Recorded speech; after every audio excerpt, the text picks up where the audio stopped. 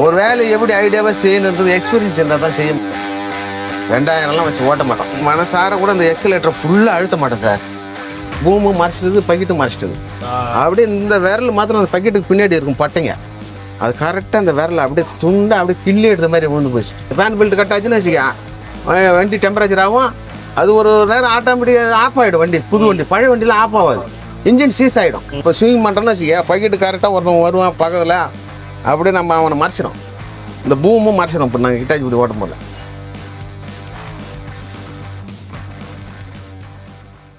இப்போ பார்த்தீங்க அப்படின்னா ஒரு ஜேசிபியோட 3DX ப்ளஸில் தான் நான் வந்து உட்காந்துருக்கேன். ஸோ இப்போ என்கிட்ட கூட இருக்குது பார்த்தீங்கன்னா முருகவேலண்ணா. எக்கச்சக்கமான கிட்டத்தட்ட என் வயசுக்கு ஈக்குவலான எக்ஸ்பீரியன்ஸ் வச்சு இப்போ இந்த ஜேசிபி வந்து ஓட்டிகிட்டு இருக்காங்க.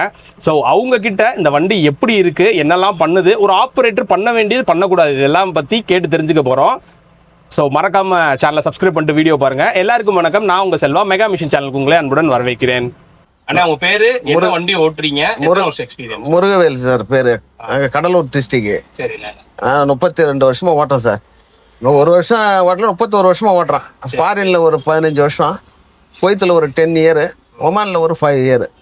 அங்கே ஒமானில் 5 வருஷம் ரேக் பிரேக்கர் ஆப்ரேட்டரு, குவைத்தில் கேட்டர்பில்டர் ஹிட்டாச்சி ஆப்ரேட்டர்.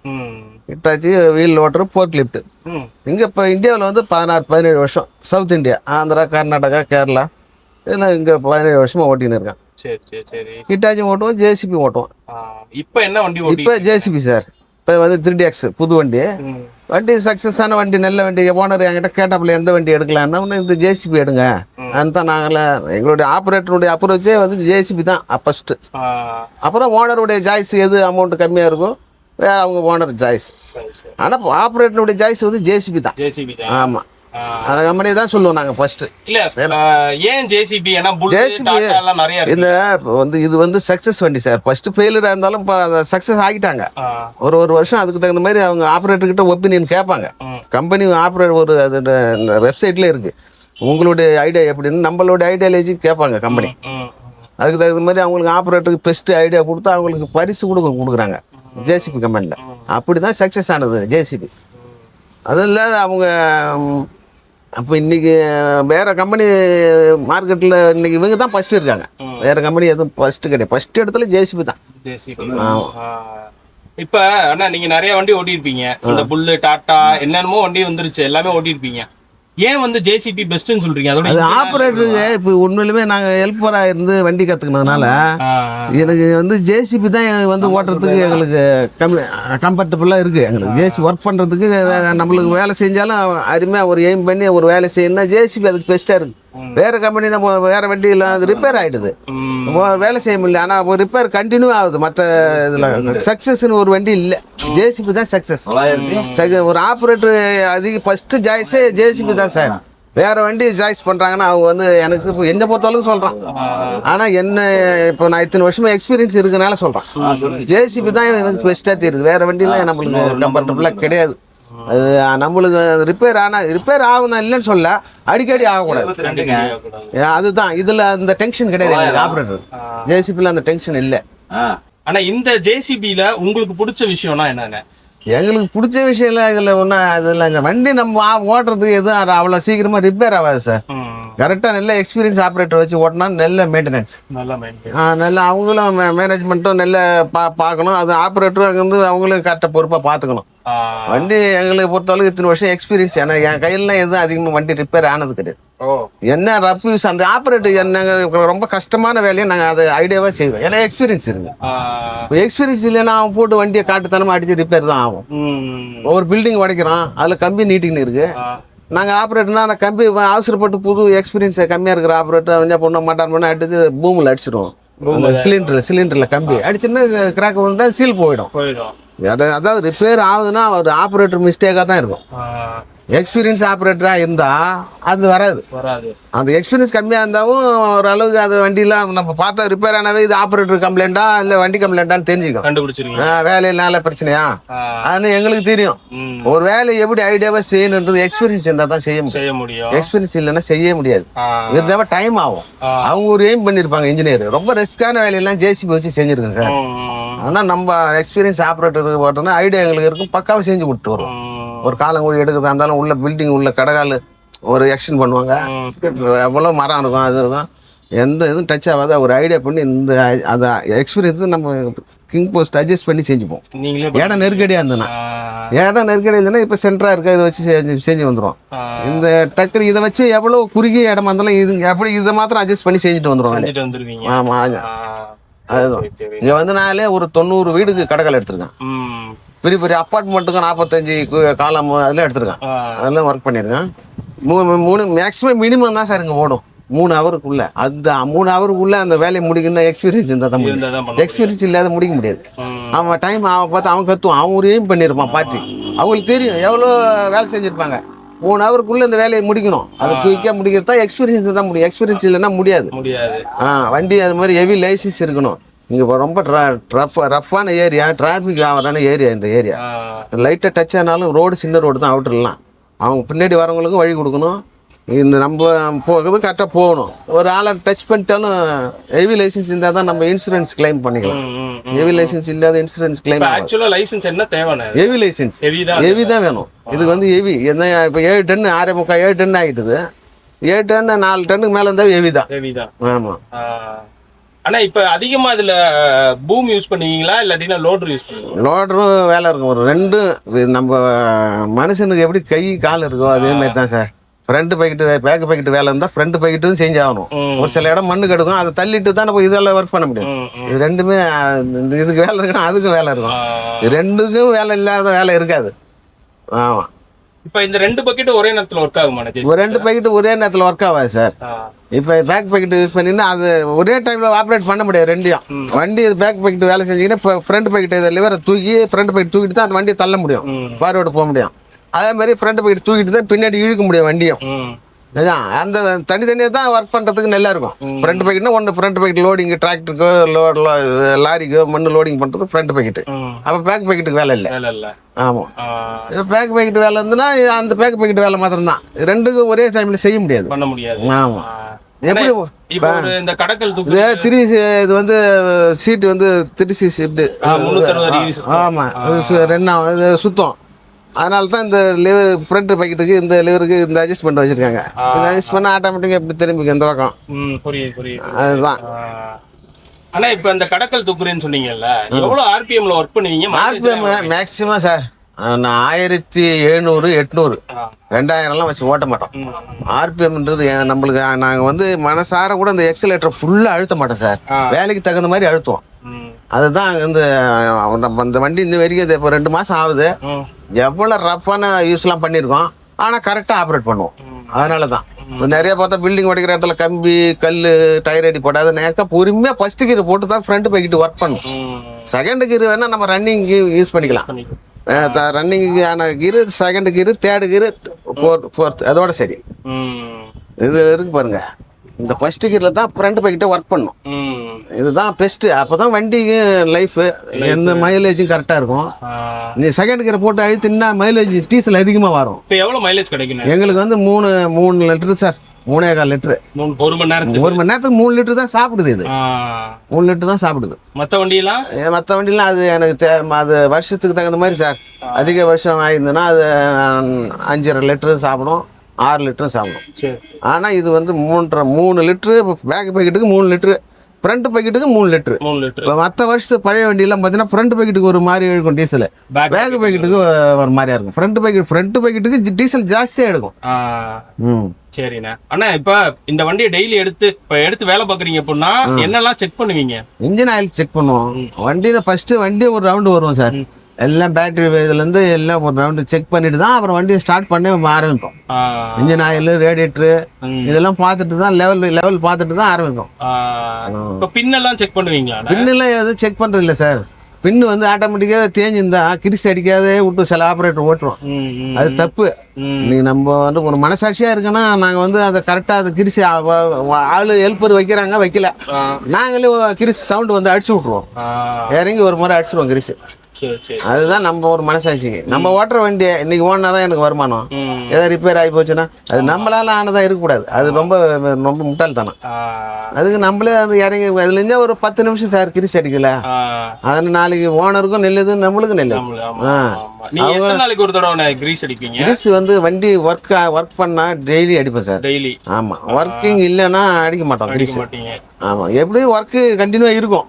ஒன்று விட்டு ஒரு நாள் அடிச்சாலும் அடிப்போம், டெய்லி அடிப்போம். பேக் பேக்கெட்டுக்கு அடிப்போம், ஃப்ரண்ட் பேக்கெட்டு மெயின் பின்னுக்கு அடிப்போம். வண்டி ஓடிக்கின்னு தான் இருக்கு டெய்லி. ஓடலன்னா அடிக்குமா, அவ்வளோதான். மொத்தம் எத்தனை பின்னு எல்லாம்? இப்போ மாடலுக்கு தகுந்த மாதிரி இருக்கு. இப்போ 33 பின்னா அஞ்சான்னு தெரியல, 44 பின்னா அஞ்சான்னு தெரியல. ஆனா எல்லாத்துக்கும் ஒரு ரவுண்ட் அடிச்சு விட்ருவோம் ஃபர்ஸ்ட். அடிச்சுட்டு எதுக்கு அதிகமா பேக் பாக்கெட் எந்த பின் அதிகமா யூஸ் ஆகுதோ அதுக்கு அடிச்சு விடுவோம். மெயின் பின்னு, ஃப்ரண்ட் பாக்கெட்டுக்கு மெயின் பின்னு, பேக் பாக்கெட்டுக்கு மெயின் பின்னு இது அடிப்போம். இப்ப ஃபாரின் கண்ட்ரிக்குலாம் ஜேசிபிக்கு வேக்கன்ட் இருக்கா? இந்த மாதிரி ஜேசிபி சார், ஜேசிபி ஆப்ரேட்டிங் தான் ஃப்ரண்ட் பாக்கெட் அந்த லோடர்லாம் இதே சேம் ஆப்ரேட்டிங் தான். ஆனா இது லிவர் பெருசா இருக்கு, அங்க ஃபாரின்ல சின்னதா இருக்கு லிவர். 988 நான் ஓட்டிருந்தேன் கேட்டர்பில்டர் செவலு 988 950 செவலுங்க தான் ஓட்டிருந்தேன். போர்க் லிஃப்ட் ஓட்டிருந்தேன் சார். போர்க் லிஃப்ட்ல ஜெர்மன் கம்பெனில ஒர்க் பண்ணியிருந்தேன். எனக்கு இதோட சம்பளம் ஜாஸ்தி அதுல. இங்க எனக்கு அங்க 1.5 லட்சம், போர்க் லிஃப்ட் 1.5 லட்சம். கிட்ட இப்போ பொகலின் ஓட்டுறதுக்கு 1 லட்ச ரூபாய் 70,000 தான் சம்பளம். அது ஆனா உள்ள ஃபேக்டரி உள்ள வேலை. குவைத்தில் இக்குவேட்னு ஒரு கம்பெனி, ஜெர்மன் கம்பெனி. பெட்ரோல்ல இருந்து கேஸ்ல இருந்து பிளாஸ்டிக் தயாரிக்கிறாங்க. அது உள்ள ப்ரொடக்ஷன்ல இருந்தேன் நான். மெயினா அது உள்ள சென்சார். வண்டி கரெக்டா நிக்கணும், இல்லைன்னா மாத்தி நின்று மிஷின் ஆஃப் ஆயிடும். அந்த மிஷின் ஆஃப் ஆயிட்டுன்னா அந்த அப்புறம் செட் பண்ணி அதை ஆன் பண்றதுக்கு லேட் ஆகும். அது வந்து பாகிஸ்தான்காரங்க பிலிப்பைன்ஸ்காரங்க தான் அது ஆப்ரேட்டர் உள்ள. மெயின் ஆளு அரபிங்க, டீம் லீடர்லாம் அரபிக்காரங்க. அவன் வந்து நம்ம 6 மிஷின் ஒரு ஃபோர்க் லிஃப்ட் வரும். வேலட் எடுத்து வைக்கணும், எங்கன்னா ஒரு லாக் ஆகி போச்சுன்னா அதை போய் எடுத்து ரிலீஸ் பண்ணணும். அங்கே அதுவுமே செஞ்சிருந்தேன் வேலை. நம்ம கையால் எடுத்து வைக்கிற மாதிரி ஓட்டுவோம் ஃபோர்க் லிஃப்ட். எனக்கு இன்ட்ரெஸ்டாக இருக்கும் அது ஓட்டுறது. இந்த ஜேசிபி ஓட்டுறது இத்தனை வருஷமா ஓட்டுறதுனால ரொம்ப எந்த மனசோர்வே அடையாது. இந்த வண்டி ஓட்டும் போது ரொம்ப இன்ட்ரெஸ்டாக இருக்கும் எங்களுக்கு.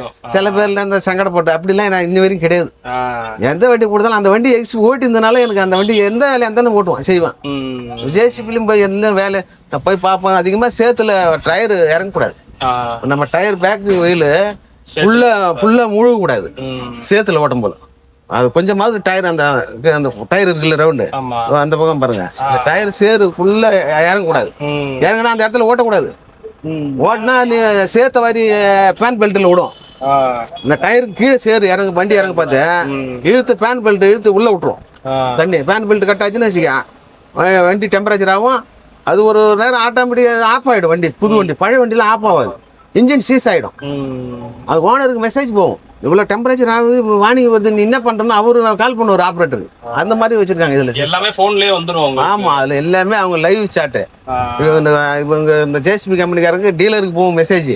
அவங்க ஆஃபீஸில் இதை வாட்ச் பண்ணின்னு அங்கே ஒரு ஆள் இருப்பாங்க, அங்கே கம்ப்யூட்டர் மெசேஜ் பார்க்கறதுன்னு. அவங்க ஓனருக்கு டக்குன்னு அடிச்சு ஆன் பண்ணுவாங்க. நம்ம ஆப்ரேட்டர் கவனக்குறைன்னு விட்டாலும் 2-3 பேருக்கு போயிடும் மெசேஜ். ஓனருக்கு வந்துடும், கம்பெனிக்காரங்களுக்கு போயிடும். அவங்க வந்து இன்ஃபார்ம் பண்ணுறோம் நம்மளுக்கு ஓனருக்கு. ஓனர் டக்குன்னு திறந்து வண்டி எடுத்தாலும் வண்டி எந்த நேரம் வந்துருவாப்புல. இது மாதிரி இருக்கு, ஏன் ஓட்டின்னு இருக்கு நிப்பாட்டு. உங்க வேலையில இருக்கிறதுல ஒஸ்டான எக்ஸ்பீரியன்ஸ்னா எதுன்னு சொல்லுவீங்க? அது வந்து இப்போ இந்த வண்டி ஒர்க் பண்ணும்போது ஆளுங்க எப்படி பார்த்தாலும் ஒரு 10 மீட்டர் தள்ளி தான் நிற்கணும். 10 மீட்டர் உள்ள வரக்கூடாது. அதுல வந்து நான் ஒரு இடத்துல வீடு கடைகால் எடுத்தேன். எல்லாம் கிளியர் பண்ணி எல்லாம் நின்று பார்த்துருந்தாங்க. எல்லாரும் எட்ட போங்கன்னு சொல்லிட்டு தான் எல்லாம் கிளியர், கொஞ்சம் தூரமாக போயிடுங்க, 10 மீட்டர் தள்ளி போயிடுங்கன்னு சொல்லிட்டு தான் எடுத்தோம். ஒரே ஒரு கல், ஒரு காலங்குழி எடுக்கும் போல ஒரு சின்ன கல் கிடந்தது, காணிக்கல். அது என்னால் இந்த பக்கம் இப்படி திரும்பி எடுக்கிறான். அவன் கரெக்டாக அந்த பையன் ஓடியாந்து கீழே உட்காந்து அந்த கல் எடுத்தான். அந்த பக்கெட்டில் எனக்கு இந்த பூமும் மறைச்சிட்டது, பக்கெட்டும் மறைச்சிட்டது. அப்படியே இந்த விரல் மாத்திரம் அந்த பக்கெட்டுக்கு பின்னாடி இருக்கும் பட்டைங்க. அது கரெக்டாக அந்த விரலை அப்படியே துண்டை அப்படியே கிள்ளி எடுத்த மாதிரி விழுந்து போச்சு. அப்போ நான் அவங்ககிட்ட சொன்னேன், இந்த அப்பா இத்தனை வருஷமாக ஓட்டுறேன், ஒரு இன்சிடென்ட் கிடையாது, ஒரு எந்த ஒரு ஆக்சிடென்ட் இல்லை. இத்தனை வருஷம் ஓட்டுறேன் நான். எனக்கு இந்த மாதிரி எனக்கு சங்கடமாகி போச்சு. நீ என்கிட்ட சொல்லிட்டு வந்து அண்ணன் எடுக்க போகிறான் இல்லை, நீ என்கிட்ட சொல்லி நீ வண்டி ஆஃப் பண்ணிட்டு நிப்பாட்டு ஆப்ரேட்டர், நான் ஓட்ட போகிறேன், நான் வரேன், நீங்கள் நிப்பாட்டுங்கன்னு அப்படி சொல்லணும். சொல்லிட்டு வரேன், நிப்பாட்டும் டக்குன்னு. எனக்கு பூமி ஆளை மறைச்சிட்டு பக்கெட்டு மறைச்சிட்டு கரெக்டாக அங்கே இருக்கான். இல்லைன்னா அந்த கையை பாதி பிச்சு எடுத்துருப்பான். நான் கரெக்டாக அவனை ஆப்ரேட் பண்ணுறது எக்ஸ்பீரியன்ஸ்ல கரெக்டாக ஃபங்க்ஷன் பக்காவாக பண்ணுவான். கரெக்டாக அதுக்கு லோடு ஆப்ரேட்டிங்ல நான் லோடு கொடுத்தேன்னா ஒரு பொருள் வரலன்னா கரெக்டாக லோடு கொடுத்து அதுக்கு தகுந்த மாதிரி ஆப்ரேட்டிங்கில் கொடுத்து எடுப்பான். அதை பண்ணணும் நம்ம. இது இவன் கை கால் உதறது. அப்புறம் ஏன்னு பார்த்தா ஆள். அப்புறம் நான் அப்படியே விட்டான் பைக்கிட்ட. அப்படியே அப்போ தான் விரல் கட் ஆகி போச்சு. அப்படியே அந்த விரலை எடுத்து போய் ஐஸ் இதில் வச்சு தைச்சிட்டாங்க. அவங்க வந்து இப்போ நம்ம மேலே தப்பு இல்லை, ஆப்ரேட்டர் மேலே தப்பு இல்லை. நீ ஏன் என்கிட்ட சொல்ல வேண்டியதானே, ஒரு வான் பண்ணிட்டு நீ வரணும், ஒரு சிக்னல் கொடு, இல்லை ஒரு கல் தூக்கி போடு. என்னால் பார்க்க முடியும், ஒரு வேலை செய்யறதுக்கு நேரம் ஒரு கல்லை ஒன்று தூக்கி போட்டால் ஏதோ உழுதுன்ட்டு நான் என்னோட கான்சன்ட்ரேஷன் அங்கே மாறும். ஆப்ரேட்டிங் விட்டு யாரோ வராங்கன்னு.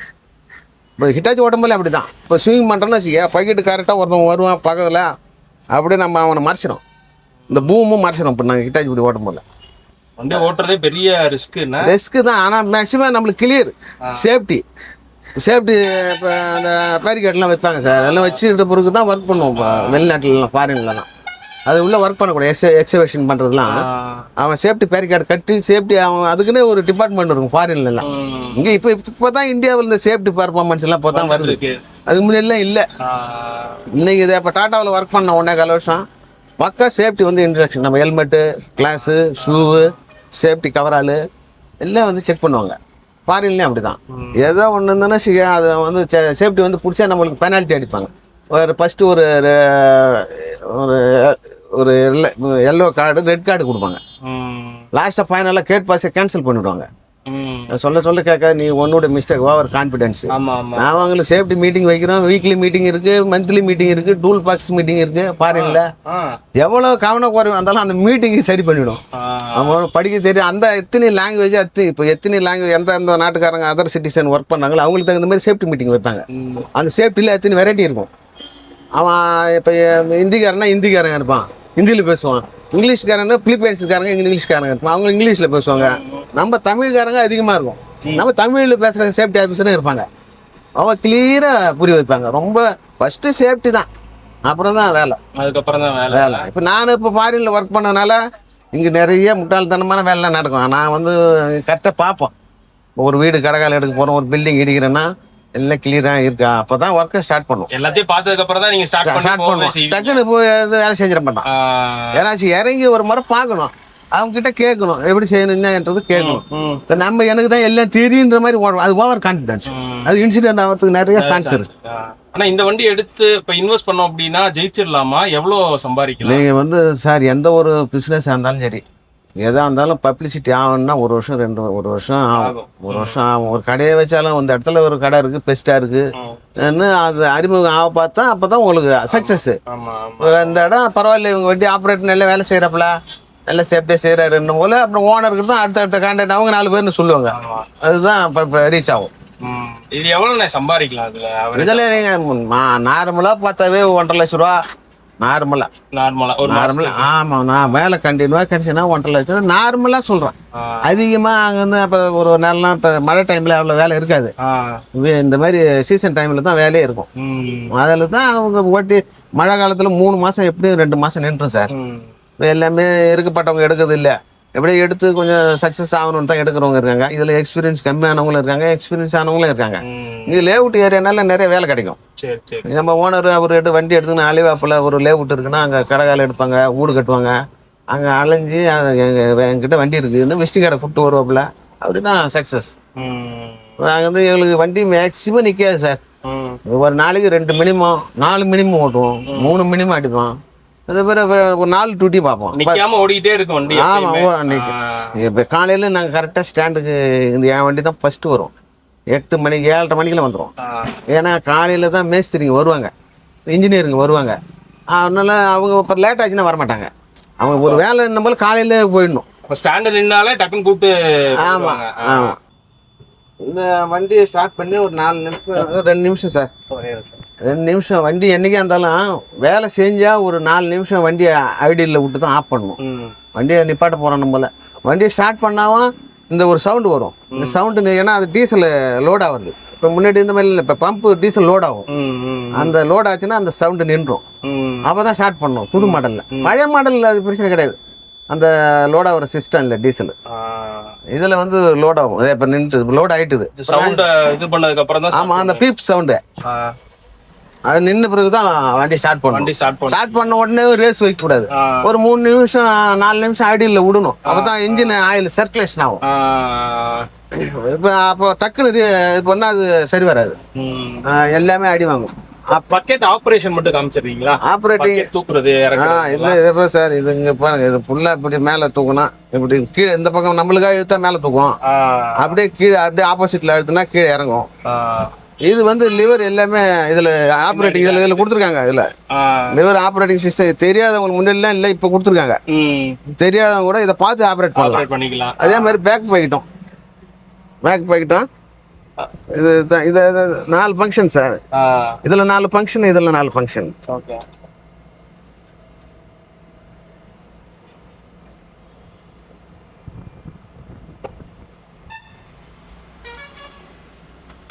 சார் என்ன அட்ஜஸ்ட்மெண்ட்? இல்ல சீட்டெல்லாம் ஆப்ரேட்டுக்கு நல்ல, இப்போ புது மாடல் நல்லா இருக்கு சீட் நல்ல குஷன் நல்லா வச்சிருக்காங்க. பழைய மாடல்லாம் இடுப்பு வலி வரும். இந்த வண்டி ஷோல்டிங்ல வண்டி துள்ளும். இப்போ எல்லாம் அவ்வளோ துள்ள மாட்டேது வண்டி. கரெக்டாக ஏர் செக் பண்ணிக்கணும், ஃப்ரண்ட் போய்கிட்டு பில்டிங் ரஃப் யூஸ் பண்ணக்கூடாது. ரஃப் யூஸ் பண்ணால் எல்லாத்துக்குமே டேமேஜ். ரஃப் யூஸ் பண்ணுறதுனால கரெக்ட் கீரில் இப்போ ஒர்க் பண்ணும். ஃபர்ஸ்ட் கீர், செகண்ட் கீர்லாம் போட்டு அடிச்சு இந்த வண்டி டயரும் டேமேஜ் ஆகும், வண்டிக்கும் கிராக் ஆகும். ரப்பாக அடிக்கும் போல பில்டிங் உடைக்கிறது கொள்றதுலாம் ரப்பாக சில ஆப்ரேட் செய்வாங்க. அது கிராக் தான் ஆகிறது சான்ஸ். நைஸாக ஸ்மூத்தாக செய்யலாம். 1400 1700 RPM வச்சு ஓட்டினாவே போதும். அதுக்கு மேலே வச்சு ஓட்டினா அது மைலேஜும் கிடைக்காது, வண்டிக்கும் சிரமம் தான். சரி.